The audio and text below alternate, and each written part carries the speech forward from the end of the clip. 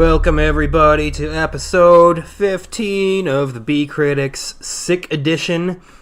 I am sick as fuck right now, coughing all over, so be prepared for a little bit of that. My voice ain't quite at the same power level that it usually is. Pray for me. Pray for Tara, lest I infect her with my own variation of the plague. I can't get sick. Well, I'm sorry. I'll go sleep on the couch down in the basement. No. Someone will murder me. Someone will... Wow. Jeez. I can't sleep alone. One night, not in the same bed as you. Man, you're gonna get murdered. No, I can't sleep alone. Well, I feel loved if nothing else. Either loved or used. You only love me for my huge giant muscles that'll fight off anybody. Yeah, that's what I thought. That's what I thought. Here we are. It's Tuesday when we upload the episodes, and we have not recorded it yet because we're both trash. It's Tuesday night, 8:30. We are both equal levels of human garbage. Yeah, it's both of our faults this time. Yep, she wanted to do it Sunday and I didn't. I wanted to do it Monday and she was not here. So, we're all failures. It's what it is. Yep. Good thing we don't have a contractual obligation to post at like 5:30 on the dot every Tuesday, because or else we'd be getting some big hefty corporate fines. Speaking of which, if you want to offer us contractual obligations, email us at the Even though we can't meet them. at gmail.com. We will disappoint you sorely. Send us fan mail. Send us your dick pics. No! Don't send us your dick pics, because Tara will probably be the one checking it. Don't do that. Oh, god damn it. Now people are going to send their dick pics. Thanks a lot. Ha ha. I have done it. This is what you want for me. I just want you to, See other dicks. Yeah, you're always like, I wouldn't know, whenever I talk about how just ridiculously small and horrific mine is, which is not true. This is way TMI. Way TMI? It's okay, because nothing I've said is actually true, so it's not TMI. This is not information. This is all pure satirical bullshittery. So it's the greatest start to an episode that we've ever had. Hey, I've already said you're the only person I've ever kissed, so I hope the other part's true.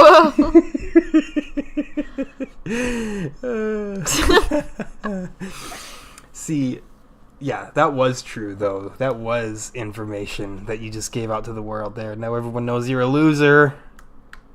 Yeah, but... but I'm nice. That's true. I'm just kidding. You're not a loser. Sometimes. Sometimes you're not a loser. You and I are both losers, but in different ways. That's true. I mean, look at this. We run a movie podcast. It doesn't get much friggin' loserier than that.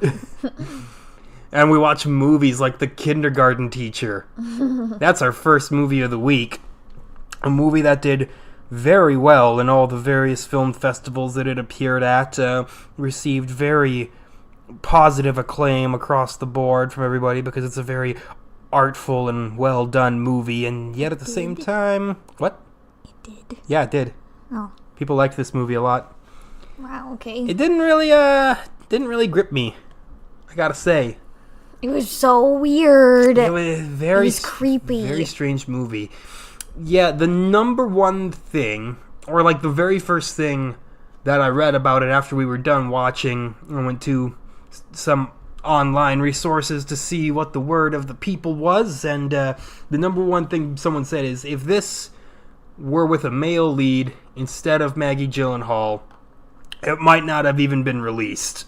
It wouldn't have even been made. Right. Thanks to the classic women are wonderful trope, and that's not me saying that I don't love me some women.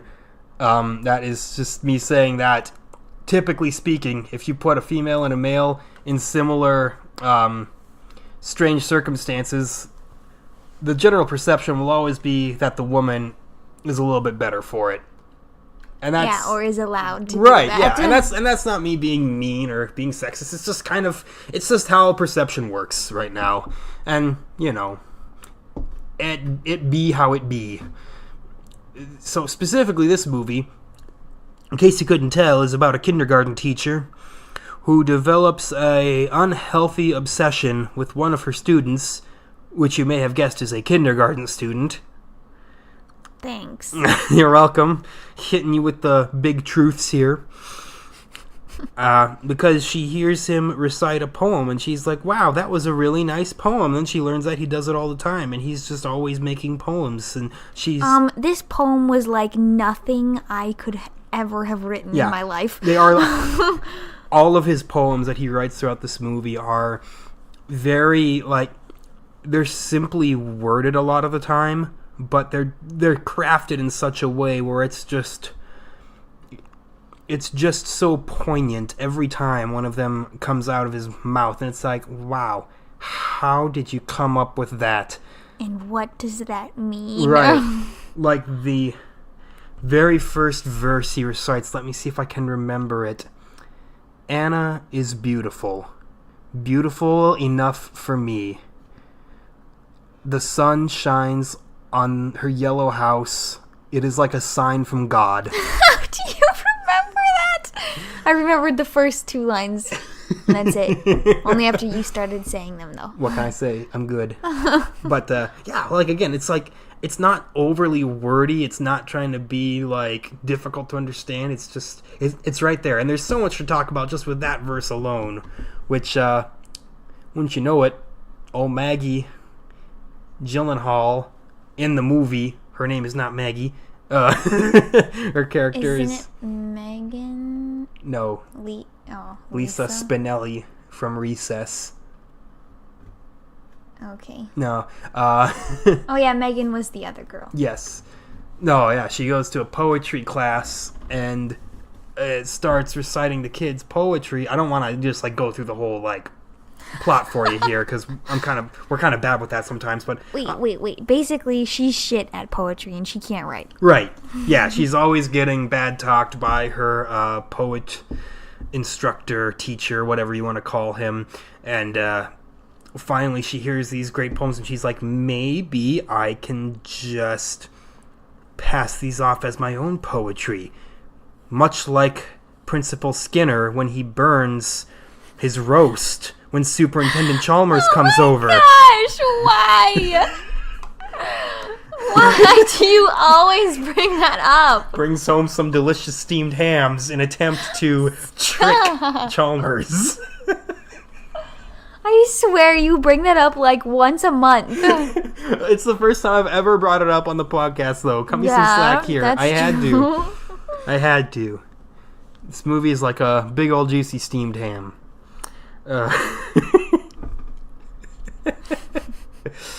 Sorry, not sorry. But, so yeah, she's a little bit crazy, a little bit manipulative, and really it just shows her projecting all of her failures. Not projecting failures, that's the wrong term, actually. She lives vicariously through this kid because the kid is everything that she's not. The kid is this prodigy when she is not at all. Yeah, so she takes it upon herself to make sure that he lives up to his potential because apparently nobody else is going to in her mind. Right. And he can only be great if she helps him. Yeah. With her incredibly backwards fear of the world and everything, she's like, I am the only hope for this child. This child's voice will only ever be heard if I am there to guide it because I don't trust his father or anybody else or his nanny. They don't care enough. Right. It's all like, I know so much better than everybody else, which is the other major character flaw. She's like, I know everything about this. Nobody else does, even though, again, she's not a good poet. But she just knows that she has to preserve this.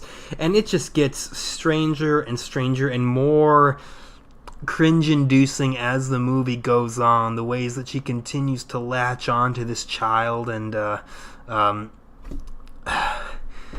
it's nothing... Well, I'm not going to say nothing bad ever happens, because at the end something pretty out there happens. It's never anything, like, overtly sexual or anything, fortunately, but you do get definite pedophilic undertones throughout the whole movie. And some teachers are just like that. Just like to touch your back and stuff, or get really close to you. Right. Not because they're being pedo, but just because that's the way they are. And then when you put in 5-year-old children into that mix, it's like, ugh. It's why there are no. Is this okay? That's why there are no male kindergarten teachers. I mean, there are. They do exist, but they're rare. Because, good God, helicopter parents will have a heyday with male kindergarten teachers. Yeah, dads can't even go to the playground. That's true. Yeah.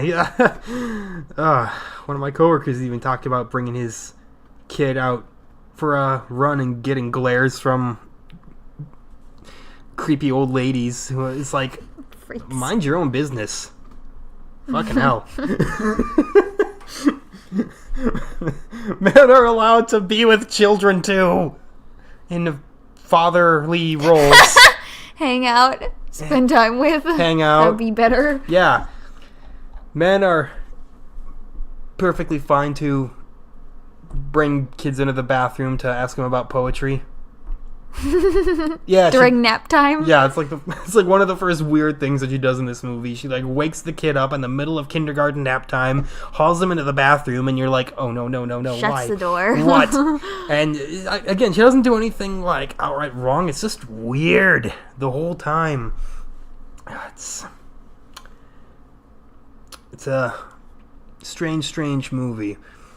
And the whole time you're watching it has that classic, like, oh, it's a festival film feel, where, like, it's got a very soft color palette, just a little bit of an almost hazy feeling to everything. It's what I just call festival movies now. So it's like there's Oscar bait movies, but then there's festival movies, and they're just a little bit different from Oscar bait. Movies like Moonlight, La La Land, you know what I'm talking about? Yeah. Okay. You're just gonna pause right in the middle of your word. Yeah. Yeah. I like all movies. All movies? That's not all true. All types. Thank you. I was gonna say that's not true because you don't like one of the greatest comedies of all time. Monty Python and the Holy Grail is one of the greatest comedies of all time. It's stupid. And it kills my heart. It breaks my heart every time I remember that you don't like it. You need to give it another chance. No.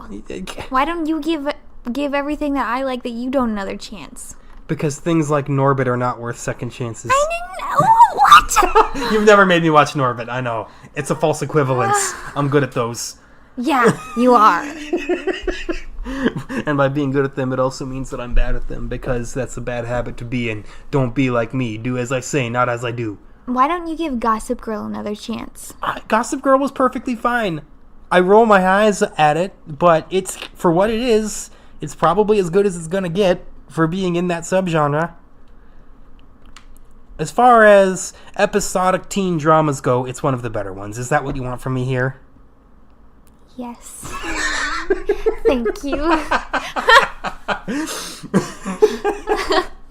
I may roll my eyes at it, but I have never said it's bad. Now tell me why Chuck Bass is your favorite character. Because it rhymes with fuck ass. Did you just say that now? Yes. You've never thought of that before? I mean, I'm sure I've thought of it before because it's kind of low-hanging fruit, let's be real. But my favorite character is Rufus. Rufus. Rufus. Yeah. The man, the real Gossip Girl. That's my fan edit so of the ending. Funny. Okay. What else? The kindergarten teacher is not a whole lot like Gossip Girl or Monty Python and the Holy Grail. So if you dislike either of those things, there's no reason to dislike this one based off of comparisons to those two things. Oh, great ending. Who says it's the ending? Who says I'm done? I got like 50 more minutes to talk about this movie. No we did that last week. I know. That's true. I don't have 50 more minutes to talk about this movie here because, again, it for some reason just didn't really grip me. It reminded me a lot, actually, of Private Life. A simple plot with pretty much just two characters driving most of the thing forward with some support every now and then. And it just being simple, scene by scene, with a abstract ending where you don't really know what's going to happen. It reminded me a lot of Private Life. Okay. Can you see that comparison at all? Yeah. Ah, thank you. Because they were both on Netflix, right? Oh, yeah, only because they were both on Netflix. Absolutely.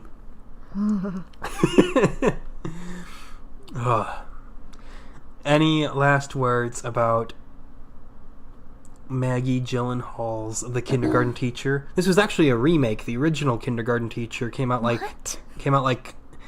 2 years ago, I think. 4 years ago, and it was an Israeli film. Oh. Yes. Why do they do that? Why do they do what? Why do they remake a movie so fast? Because it was a foreign film from Israel, which has virtually no film scene at all, so nobody really knew about it. Oh. It's not like if they remade a Japanese or a Korean movie or something, because they actually do have pretty well-established film scenes, especially Korea, actually, more than Japan even does. Well, Japan's got a lock on horror. Korea does a lot of other stuff, though. And then Indonesia's good for their action movies. And then there's India. I don't even know what to say about Indian movies. Can't believe I had to watch those stupid movies. They're like every single one of them is like a bizarre combination of action, comedy, drama, musical. Yeah. Like all of them. I'm being a little stereotypical. I haven't seen a lot of Bollywood films, so do forgive me. I've seen like 3 or 4, right? Something like We're that. on my list. And I think I liked one of them. But this is an American remake, so you don't have to know how to speak Hebrew or anything like that. You don't got to read subtitles. You can just watch it as it is. If it so tickles your fancy and it sounds like something that you would like to witness, then fantastic. Give it a view. Though we didn't really sell it at all. Right, but, people like different things. One of my co-workers, hi Nicole, she really loved this movie and she cried multiple times. Aww. Yeah, so this, if you need a ringing endorsement, there's one there from someone who is not me. You and me pretty much felt the same. Right, just, I don't know, it just felt odd. Yeah, a little empty. Like, normally you say that movie should trim the fat. I think this movie should have gotten a couple pounds. I don't know. Just a little something more to keep it going. But enough about that. We got another movie to talk about here. This is a rather exciting movie. It is the directorial debut of Mr. Jonah Hill, known predominantly for his ability to play curly-headed fucks that make you laugh. Not so much in recent years, though, as he's finally shedding his skin and denying his type role by not being in a role at all. He is Oscar nominated, maybe even winner. I don't remember. Yeah, he's becoming a true force to reckon with. Nominee for the Wolf of Wall Nominated Street. twice. And Moneyball. There you go. I never saw Moneyball, but I did see The Wolf of Wall Street. Good for him. Mm-hmm. This movie that we're talking about is, of course, Mid90s, a slice-of-life comedy drama about life in the 1760s.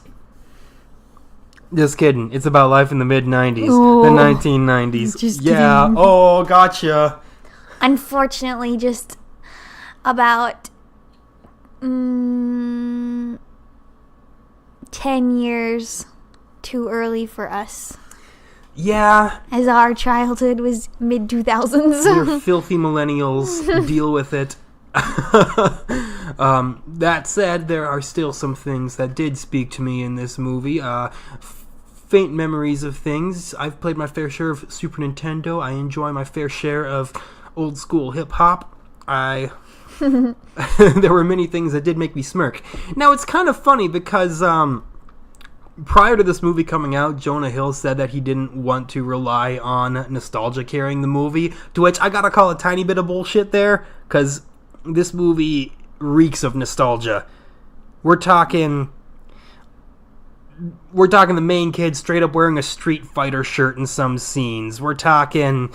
And Ren and Stimpy. Exactly, Ren and Stimpy shirts. We're talking skateboard shops, soundtrack cuts from Pixies, amongst other period artists, including small cameo bits by Del the Funky Homo Sapien and Chad Muska. If this is not a nostalgia trip, I don't know what is. So, you're not fooling me, Jonah.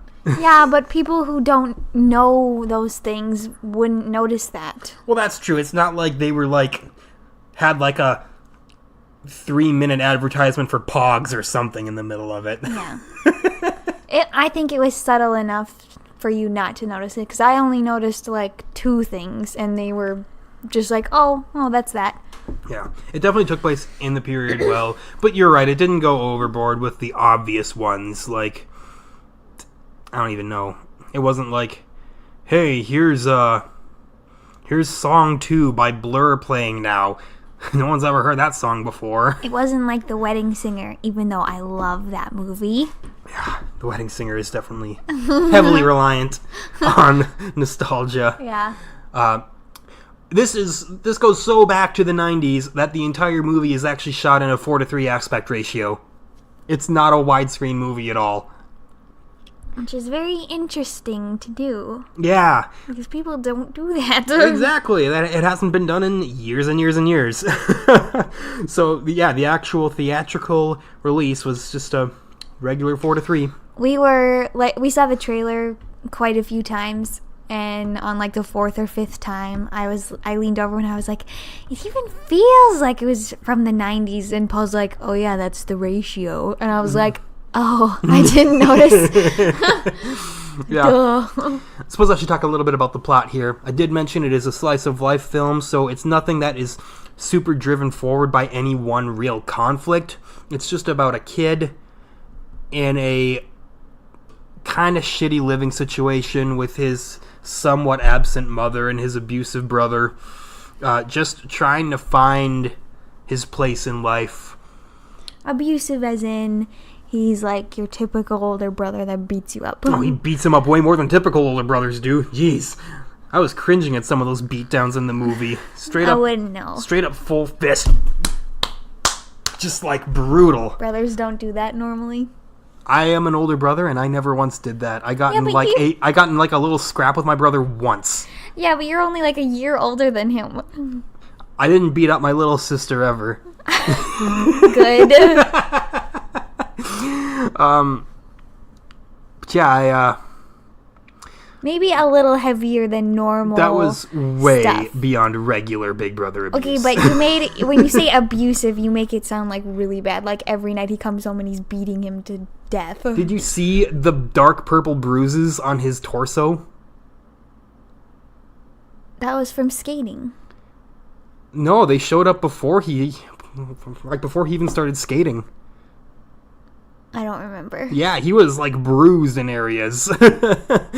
Anybody who bruises you like that is pretty brutal. But the plot synopses online even say that he comes from an abusive home, so alright.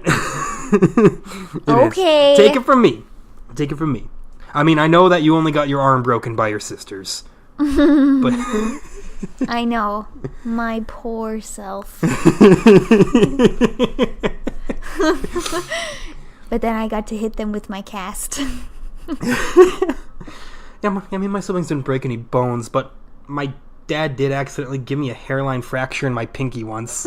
Because he jokingly threw a textbook at me. Not in a mean way or in bad way. Just I like said something dumb, so he just like chucked a book towards me, and then and then I reached out and blocked it with my hand outstretched like this.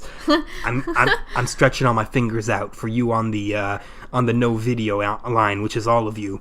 Book landed right on my pinky, and I got a hairline fracture. Oops. Yeah, so I had to wear like a pinky splint for a couple weeks.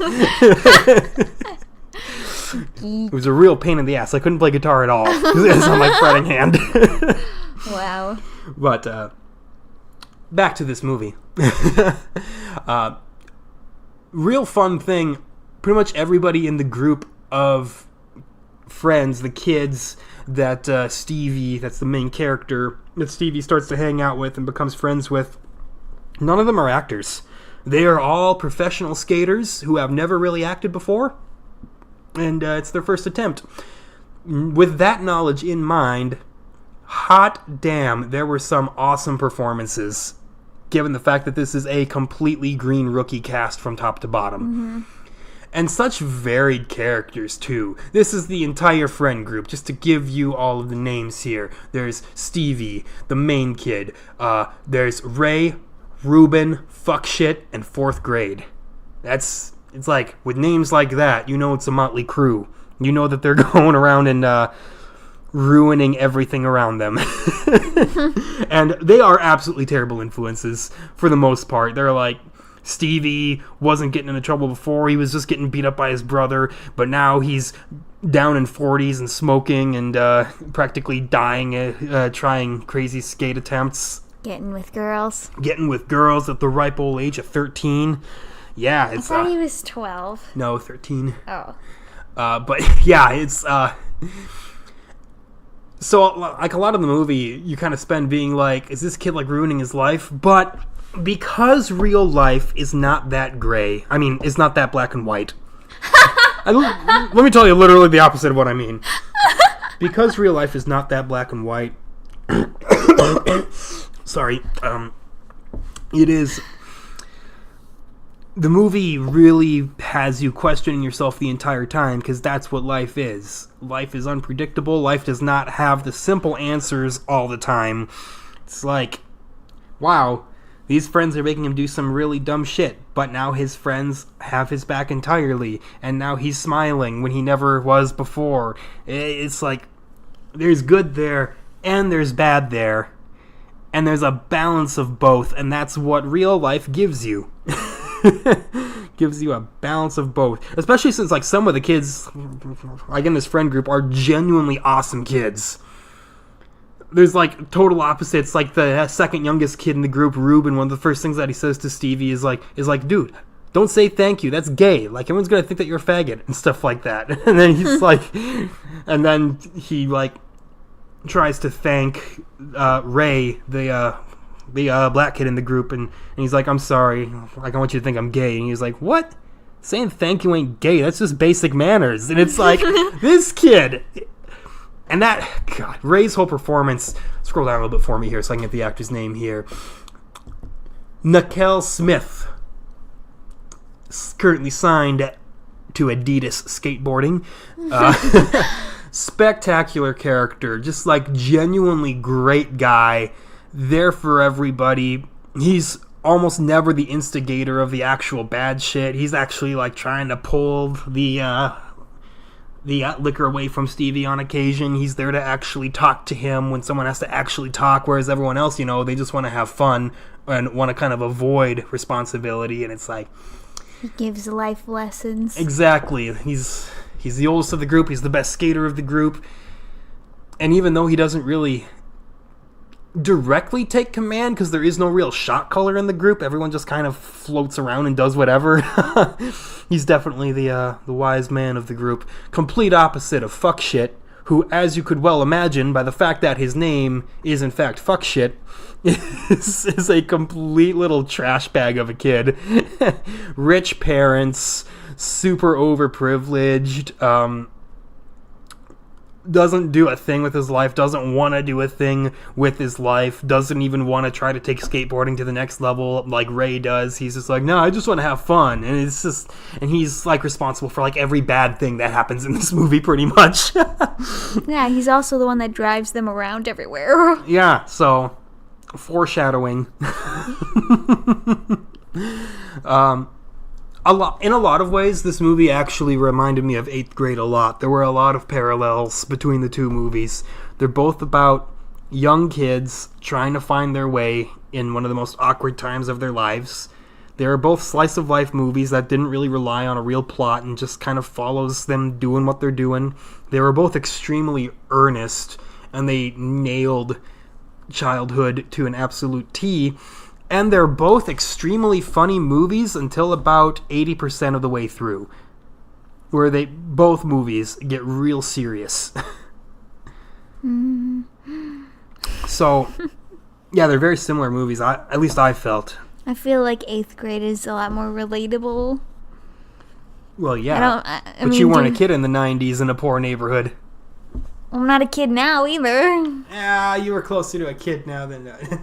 Do a lot of 13-year-olds run around and get drunk and smoke and fuck shit up? 90s skater kids? Yeah, absolutely. There's a reason skater culture was so detested by conservative parents everywhere.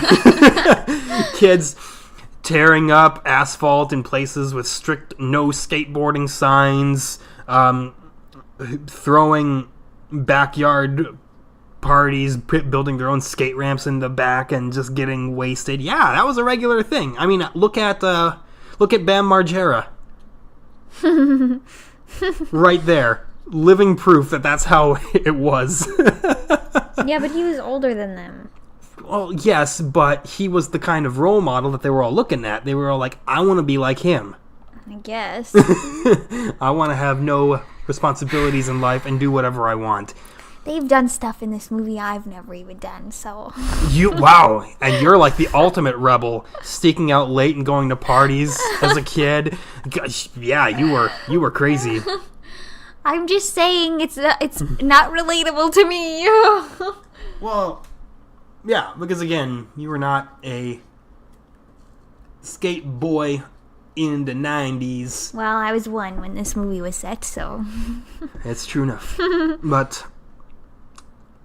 And I'm not even talking about like the what they do, but rather the how they do it. The things like the kids not knowing how to cope with adversity when it stares them in the eye, and they just do weird things. They say weird things. They just...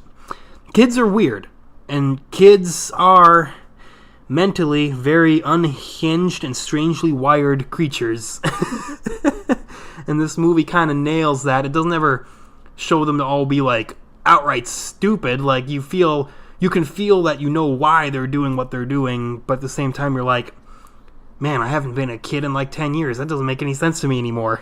Every movie I see about like preteens, 13-year-olds, it makes me even way more scared to have kids ever.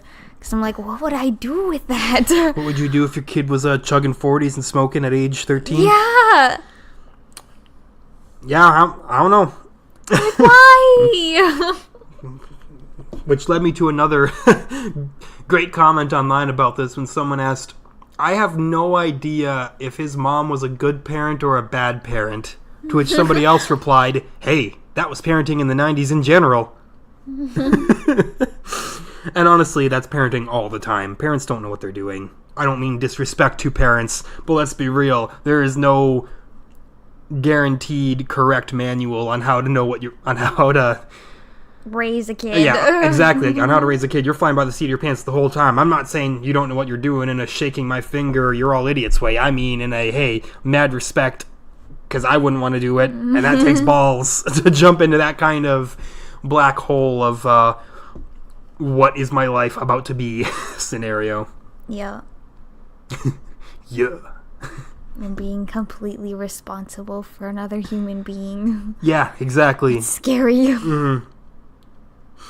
And then Like, heck, even now, I'm like, sometimes I look back and I'm like, the way I was raised, what would I have done different? And I was raised well. Don't get me wrong. I'm not throwing any shade at the way that I was parented at all. But there are some things where I'm like, I'd probably do that different, and I've done that a little bit differently. And then I'm like, but what if that's totally wrong? What if the way that I would do it would be even worse? But maybe it would be way better. There's no way of knowing because every kid is different. It's like there's no easy way to know.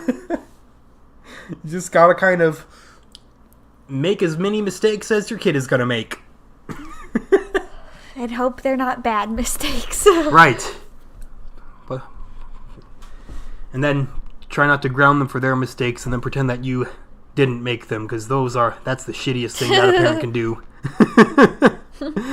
Rail their kid for every little wrong thing and then just go on and be wrong the whole time too. That's no good.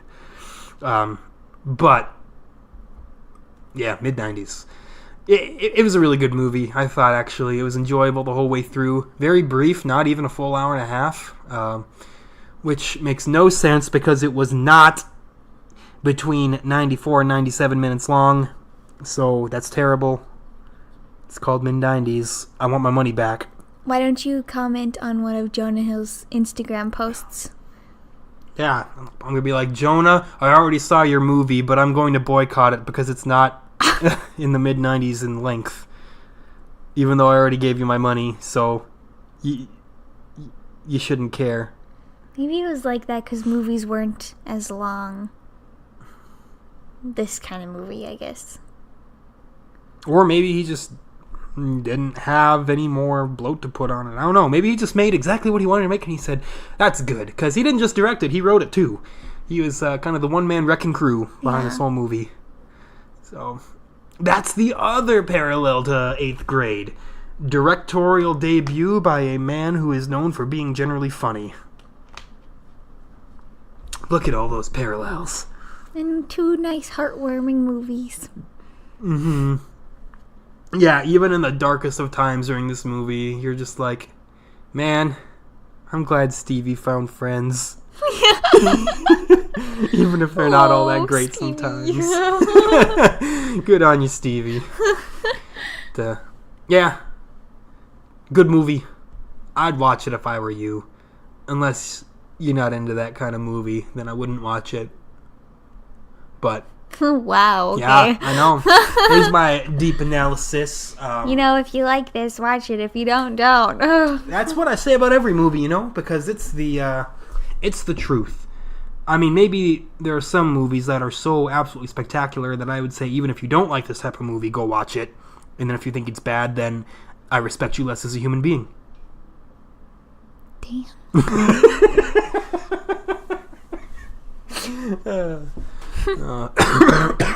Sorry. Don't die. I'm trying. I didn't do anything all day long. I was in a cocoon, like my own little chrysalis, just conserving all the energy in the world so that this episode could happen. Hope y'all appreciate. Oh my gosh. What? What did you just say? I said I was in my own little chrysalis. Like a bug. Okay. I was at work all day for 9 hours. Then I went shopping at Target for our groceries. It's a glamorous life. With that, we do have one final movie, your headlining movie of the week. Directly from the mouth of Tupac Shakur, The Hate You Give. The Hate You Give fucks... No, The Hate You Give Little Infants fucks everyone. That's thug life. I am so damn white. I am not Tupac. I got no right to even say those words. I'm going to just throw a little hot controversial take in right here, and I will say that while Tupac's cultural significance is absolutely something to be lauded, I do think that his music is a little tad overrated. Please don't hate me for that, but it's kind of corny sometimes. With that out of the way. What's one of his songs that I would know? California Love. And, I won't deny I'm a straight rider. You don't want to fuck with me. Okay. And all eyes on me. Yeah, all sorts of hits. I mean, considering that he died fairly young, a remarkable amount of hits. But The Hate U Give is a movie about modern day race relations and the current hot topic of the treatment of African American civilians by the police force. Not just the white police force, before all of you right-wingers get your panties in a bunch, the police force in general. It's a really sad movie. It really is. I mean, and I don't mean sad in wow, this movie was garbage way. I mean in a dang. In a sad, I'm gonna cry almost 3 times Right, way. exactly, in a dang, quit beating me over the head with your sadness way. Yeah. I can say this much because it was in the trailer, and there is no plot without this. The whole dealio is the main character, Star Carter, played by the incredibly emotive Amanda Stenberg, who impressed me throughout the entire movie.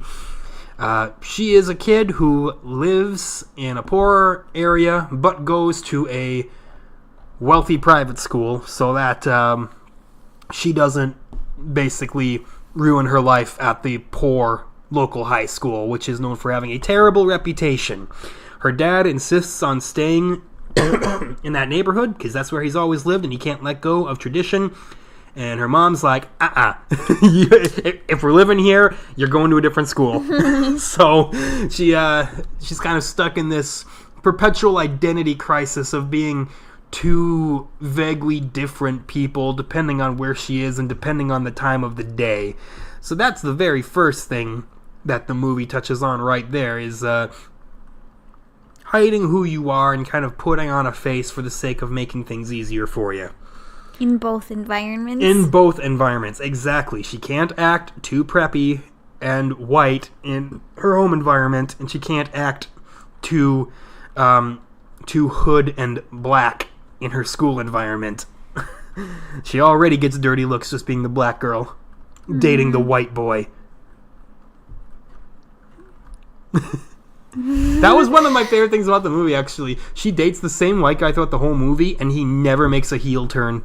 He's just a consistently decent guy. I was like, this is the most refreshing thing I've ever seen. The boyfriend isn't a piece of shit for the first time in film history. Yeah, the boyfriend you start out with, you never end up with him. Exactly. Now her best friend's a piece of shit. Yeah. Sabrina Carpenter. Good on you for making me hate you all of a sudden. I know, I don't know why she would have that role. Why she would have that role? Yeah. Because it's a challenge for her. No longer is she girl meets world's best friend. Now she's bitchy racist best friend. Okay. I don't know. You take roles that'll expand you as an actor or actress, whichever. I guess. And it certainly did expand her, force her to do something a little bit different than what she typically does. Not to say I have seen a lot of Sabrina Carpenter work. I don't watch a lot of Disney. But that's that. Oh, one of the other fantastic casting choices here. A man who I don't think I've really seen in any movies really before. Russell Hornsby, playing Star's father. What a show stealer. Spectacular. Playing a very multifaceted character of a guy who has a distrust for cops, as you would expect, and yet at the same time, while he's preaching against the evils of racism, has just a little bit of racism in himself too. And you're like, this guy, and it's never at the point where you hate him and you're like, wow, what a garbage person, why would you say that? Because you understand where he's coming from, but throughout the whole movie you're also like, I just wish he'd see what he's doing here. And it makes for a very great character. Common plays Common in another Common role. So, if you've ever seen Common in a movie, he plays that. Who was he? He was her cop uncle. Oh. Yeah. I didn't know who he was. Yeah, because Common's acting ability is like a piece of wood. He's just kind of there in every movie he's in. But I said I didn't know who he was. I know you've seen movies that he's in, though. Probably, yeah. But that's kind of what I mean, is that he's not really usually, like, interesting enough of a character actor to really stand out ever. So he kind of flies under the radar. We don't watch Riverdale, but her white boyfriend is in Riverdale. You probably know him from that. He's Archie.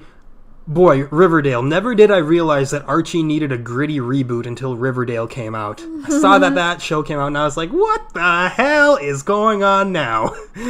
I'm trying to wait to watch it until it's over, because I like watching through a show all at once. But we'll see how long that lasts. I say we just give Archie a regular live-action reboot, not make it gritty, and then watch super corny 50s teenagers with an hour block of TV every week. Oh. Yeah! Classic Archie!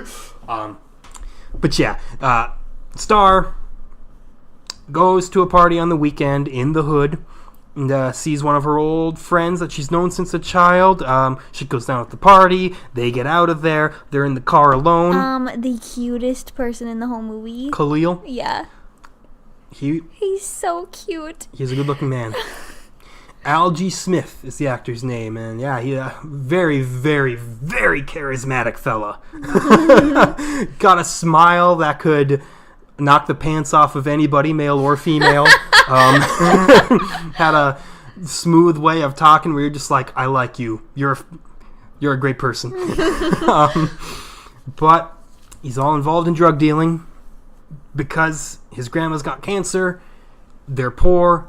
And there's literally no way to get her through the system and get her treated without resorting to the trap.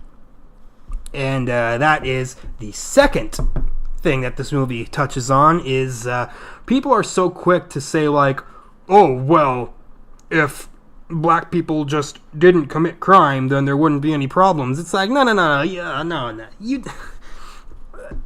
Only a very small part of that is true, because the biggest problem and the biggest fault there is that there is a systematic problem with how class society works and how impossible it is to get out of a certain class once you're already in it.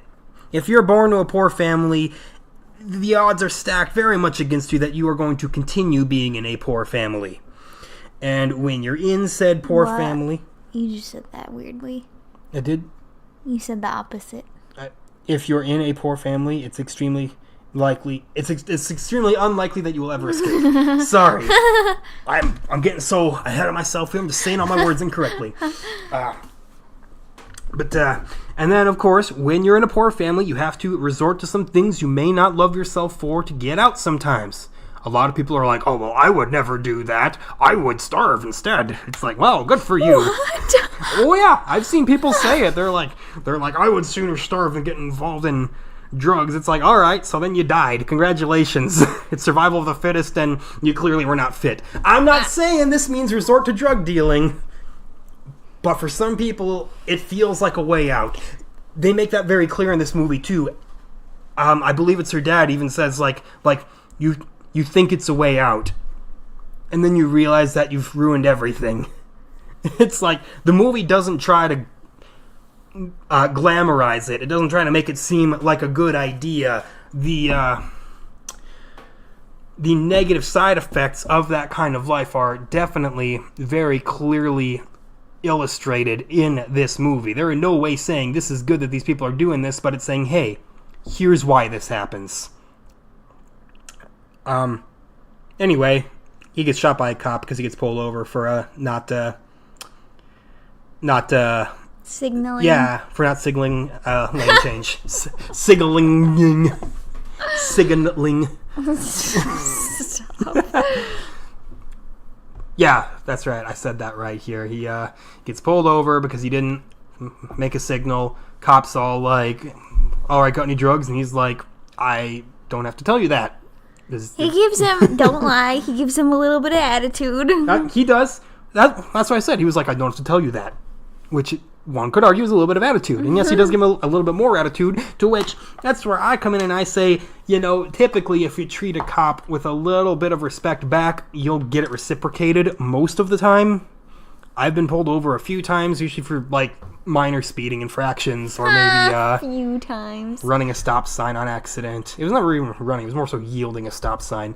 But every time I'm just like, if I know what I did, I'm like, I'm pretty sure I did this, is that right? They're like, yep. And I'm like, I'm sorry about that, it won't happen again. And then they're like, oh, okay, thanks. But, yeah, if you sit there going, oh, well, go suck your own dick, policeman guy who no one likes because you're an asshole, and, well, yeah, they're probably going to reciprocate that with some negativity of their own. However, that's when you could again make the counter-argument that the guys with the guns should be a little more in control of their emotions and a little more in control of the situations that they are put in. These are people who are trusted to uphold the peace, but I'm not going to say half of them because I don't know what the percentage is, but a larger portion than it should be of them have no idea how to calm their own tits when shit isn't going their way. There are a lot of real delicate cops out there who insist that the only way to make the situation right is for them to big dick their way out of it and prove that they're the bigger person here. Bigger person, by that meaning the man with the gun. And that's what happens here. Khalil, like a stupid boy, when he's told to keep his hands out of the car, he reaches in for the car and grabs his hairbrush. Real dumb move. I can't say that's not a dumb move. And the cop thinks it's a gun and he shoots him dead. Which starts the whole plot. Right in front of her. Yeah, right in front of Star. She's there witnessing the whole thing. The cop told her to put her phone down, though, so she didn't have any kind of proof of it. Which, again, that's on the cop. People are perfectly allowed to record anything. Yeah. That is well within their rights and is absolutely perfectly legal. But she felt intimidated, so she did not. And that starts the whole dealio of the movie there. And it's just a lot of the watching that story develop, watching the repercussions that the cop got. I don't want to spoil it, but it happens on a pretty regular basis in real life. He gets 2 weeks paid leave. What a fucking joke. Well, they say that at first, and then the whole rest is like, oh, is it going to go to trial? What's going to happen? That's like his first punishment. Yeah, right. And I don't want to give away everything that happens, but if you've watched the news in real life, you've probably got a pretty reasonable idea of what happens. It's a much repeated story. And then, of course, it touches on fantastic things here. Such as it brings up the Black Lives Matter protest, and you'd think that a movie about mistreatment of black people by cops would be all like, oh yeah, Black Lives Matter was great, but no, it actually portrays it in a rather cynical, realistic fashion, being like, this is people's excuse to skip work and skip school and virtue signal their way through town, showing everybody how much they care, when the next day they're going to be back to not caring again.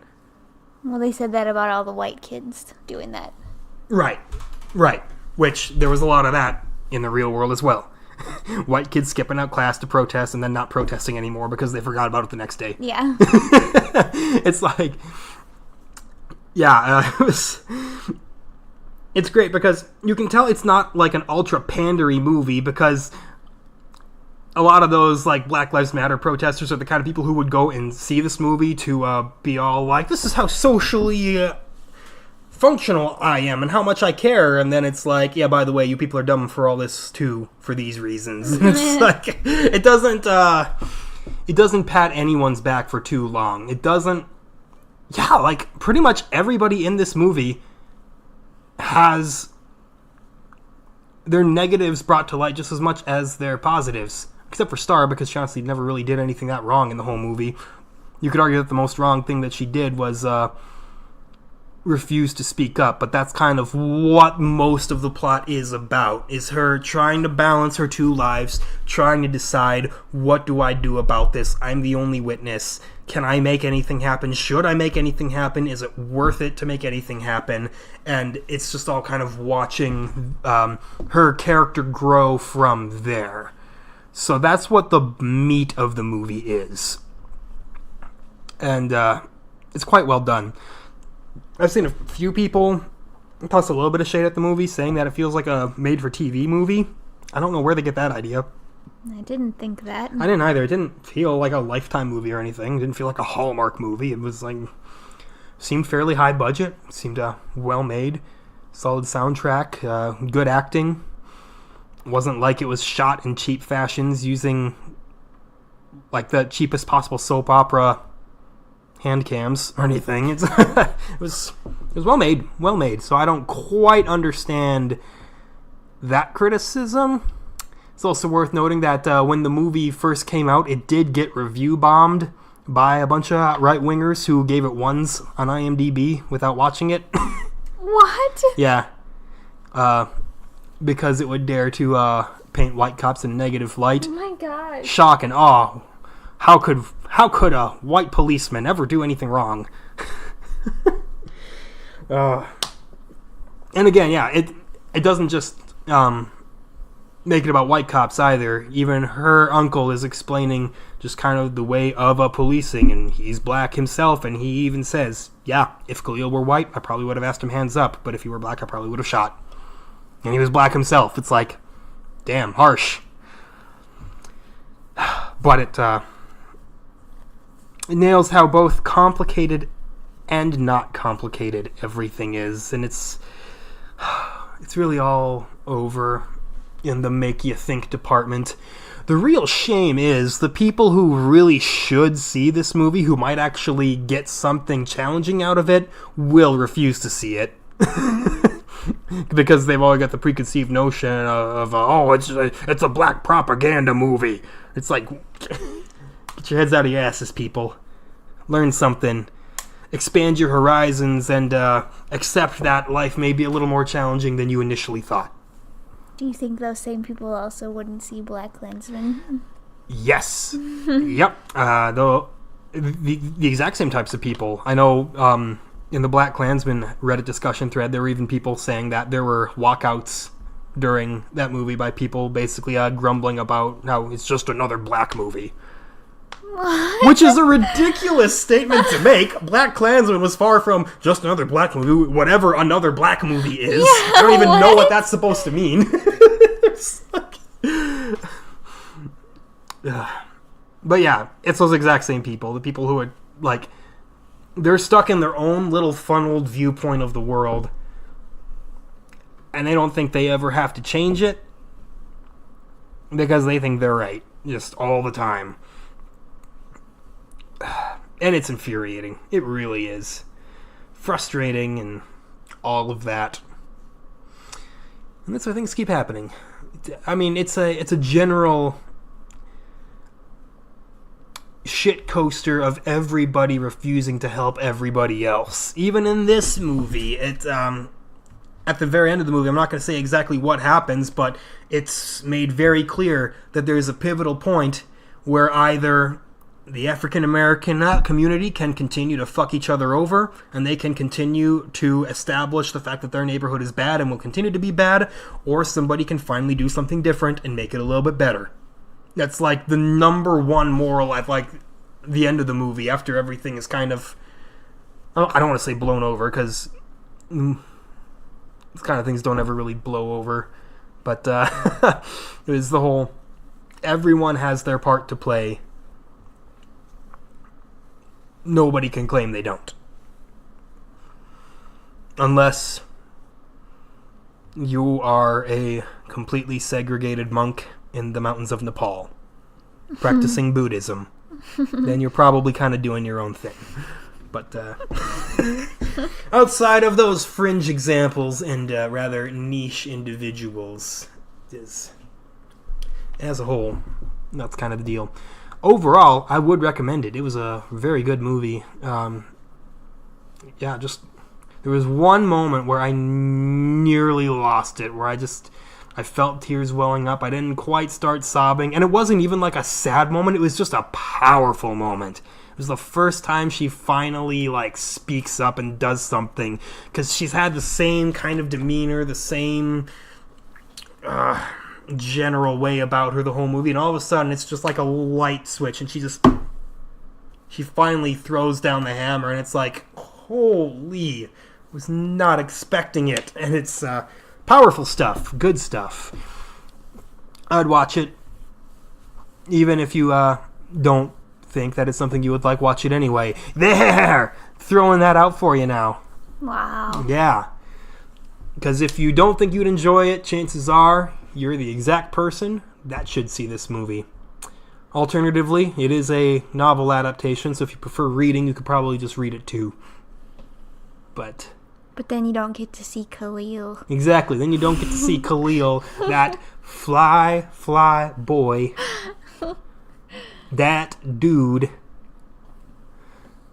Yeah, great cast, great movie. So that's the episode. The Kindergarten Teacher. A little bit dry, not bad, but didn't. A little weird. Yeah, strange little oddity of a movie. Mid90s, a fantastic slice of life portrait by Jonah Hill himself, and The Hate U Give. Great social commentary, as well as great entertainment. There was a bit of humor in it that helped kind of keep everybody in it for the long haul as well. Not a bad week, though. Pretty good. No movies that I would call outright bad. No movies that I regretted seeing. So, hey, I call that a win. Nice. Yeah, how about you? You like the week? Any last words? Well, I thought of lots of things to say while you were saying all of that for the last movie, but then you just kept on saying them, so I was like, oh, that's what I was gonna say. I said and then everything you had to say? Yep, and then you said something else, and I was like, oh, I'm gonna say this, and then you said it. Oh, okay. Yeah. Feel free to just talk over me. Just start talking. Sometimes I do interrupt you, but then sometimes I'm like, no, I'll just let him go, and then you just keep going. if you've got something constructive to say, lay it on me. I'll be more than happy to hear it. Well, you said like 4 things that I thought, so we'll just say we agree. Well, all right. That's the episode. Tune in next week. Do we know what we're watching next week at all? Things are gonna get a little bit weird. It depends on what's coming out in theaters, so no, not really. That's right. So we won't promise anything because who knows? We've done that before. Yeah, we've broken promises before. We won't do it again. Cool. Thank you as always for listening. Enjoy yourselves a wonderful evening, morning, afternoon, whenever you're watching. Listening, watching with your ears, and never forget to listen to the Beat Critics. Don't forget gosh. Don't forget to stop listening. We're trash. See ya.